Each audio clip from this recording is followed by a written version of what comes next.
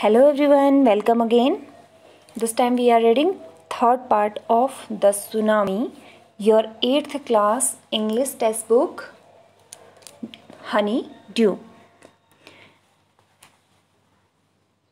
In my last videos, we read both two parts of this lesson.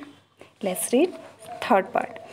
Look carefully at the picture of the boy and his dog and try to describe the things that you see using just words and phrases. Either the teacher or one of the student can write down the words and phrases on the blackboard.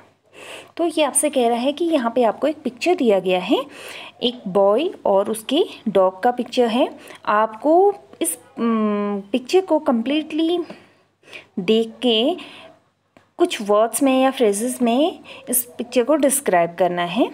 और ये activity अगर आप class में करते हैं तो आप या फिर आपके टीचर उन फ्रेजेस को या उन वर्ड्स को ब्लैक बोर्ड पे लिख सकते हैं.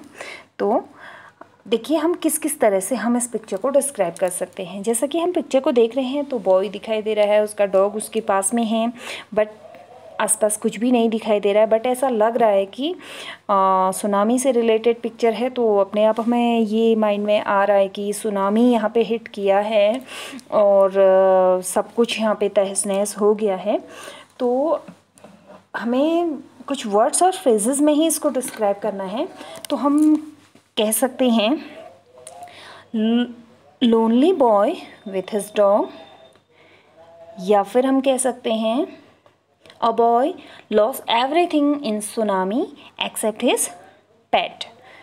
तो इस तरह से आप अपने वर्ड्स में भी इसे डिस्क्राइब कर सकते हैं. Now, third part of this lesson. Before the giant waves slammed into the coast in India and Sri Lanka, wild and domestic animals seemed to know what was about to happen. इससे पहले की जो विशाल जो waves हैं, तरंगे हैं, वो India और श्रीलंका के कोस्ट तक पहुंचती. वाइल्ड और डोमेस्टिक एनिमल ऐसे लग रहे थे जैसे कि उनको पता है कि क्या होने वाला है. दे फ्लेड टू सेफ्टी, वे सेफ जगहों की ओर उड़ गए. According to eye witnesses accounts, elephant screamed and ran for higher ground. Dogs refused to go outdoors. Flamingos abandoned their low-lying breeding areas and zoo animals rushed into their shelters and could not be enticed to come back out.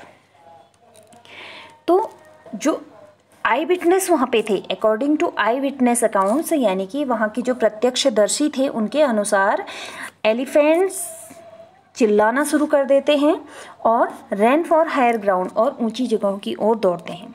Dog refuse to go outdoor, जो dogs थे वहाँ पे उन्होंने बाहर जाना मना कर दिया. फ्लेमिंगो एक टाइप का बर्ड होता है. Abandon their low laying breeding areas, वे ज़्यादातर नीचे के एरिया में रहती हैं लेकिन उन्होंने उस एरिया को छोड़ दिया. And zoo animals rushed into their shelters and could not be enticed to come back out. और जो जू एनिमल्स थे वे अपने शेल्टर्स की ओर भागे और लालच देने पर भी वे वापस नहीं आ रहे थे. एंटाइज मतलब लालच देकर बुलाना. तो लालच देकर जब भी उनको बुलाया जा रहा था तब भी वो वापस नहीं आ रहे थे. Many people believe that animals possess a sixth sense and know when the earth is going to shake. बहुत से लोग ये मानते हैं कि एनिमल्स के पास में सिक्स सेंस होता है और उनको पता होता है कि कब धरती शेक करने वाली, हिलने वाली, अर्थात अर्थक्वेक आने वाला है. Some experts believe that animals' more acute hearing helps them to hear or feel the earth's vibration. और कुछ एक्सपर्ट का ऐसा मानना है कि जो एनिमल्स होते हैं उनके पास में एक्यूट हियरिंग होती है, यानी कि बहुत अच्छी सुनने की शक्ति होती है जो उनको हेल्प करती है कि वे अर्थ की वाइब्रेशन को सुन सकें और महसूस कर सकें, फील कर सकें. They can sense an approaching disaster long before human realise what is going on.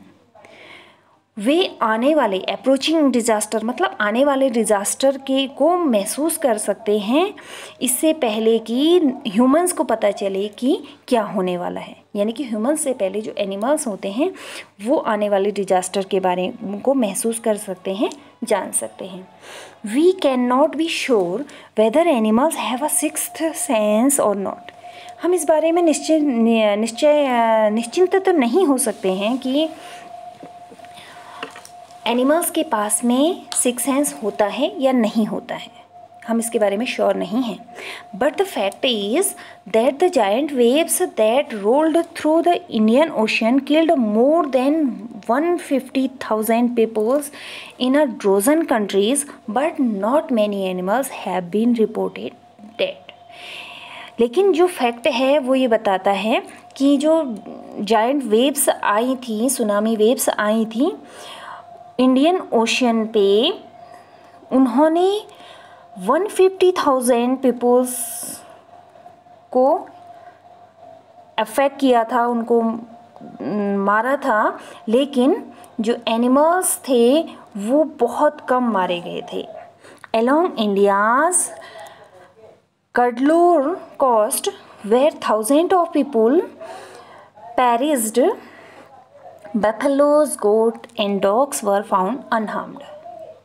India के कडलोर कोस्ट में जहाँ पर हज़ारों लोग मारे गए थे, लेकिन जो बफलोज थे, गोट्स थे या डॉग्स थे, उनको बिल्कुल भी नुकसान नहीं हुआ था। The Yala National Park in Sri Lanka is home of a variety of animals including elephants, leopards and 130 species of birds. याला नेशनल पार्क जो इंडिया में है, श्रीलंका में है, वहाँ बहुत से या बहुत प्रकार के जो एनिमल्स हैं उनका घर है। वहाँ पे एलिफेंट्स रहते हैं, लेपर्ड्स रहते हैं और 130 प्रजाति की बर्ड्स भी रहती हैं। 60 visitor were washed away from the Patanangala beach inside the park. इसमें जो 60 विजिटर थे जो पटनंगल बीच में पार्क के अंदर थे, वो बह गए, but no animal carcasses were found. लेकिन वहाँ पर किसी भी एनिमल के कार्केसेस मतलब जो डेड बॉडीज़ थी वो नहीं मिली, एक्सेप्ट फॉर 2 वाटर बेफेलोज। केवल वहाँ पर 2 वाटर बेफेलोज मिली थी। About an hour before the tsunami hit, people at Yala National Park had observed 3 elephants running away from the पटनंगला बीच। 1 घंटे पहले जब सुनामी ने वहाँ हिट किया था, जो नेशनल पार्क के लोग थे उन्होंने ऑब्ज़र्व किया, उन्होंने देखा कि जो 3 एलिफेंट हैं वे पटनंगला बीच से दूर भाग रहे हैं। A Sri Lankan gentleman who lived on the coast near Galle said his 2 dogs would not go for their daily run on the beach. Sri Lanka का एक जेंटलमैन था जो गेल के निकट, गेल के पास में कोस्ट में रहता था। उसने कहा कि उसके जो 2 डॉग हैं वो बीच पे दौड़ने के लिए रोज़ जाते थे, उनकी डेली रन के लिए। उन्होंने उस दिन डेली रन के लिए जाना रिफ्यूज़ कर दिया, मना कर दिया। They are usually excited to go on this outing. जबकि अदर डे पे, दूसरे दिनों में वो क्या करते थे, अपनी आउटिंग के लिए काफ़ी एक्साइटेड होते थे। But on that day they refuse to go and most probably saved his life. और लेकिन उस दिन उन्होंने रिफ्यूज़ कर दिया जाना उस बीच पे, और इस तरह से शायद उनकी जान बच गई। I hope you understand this part of lesson. Okay, thank you.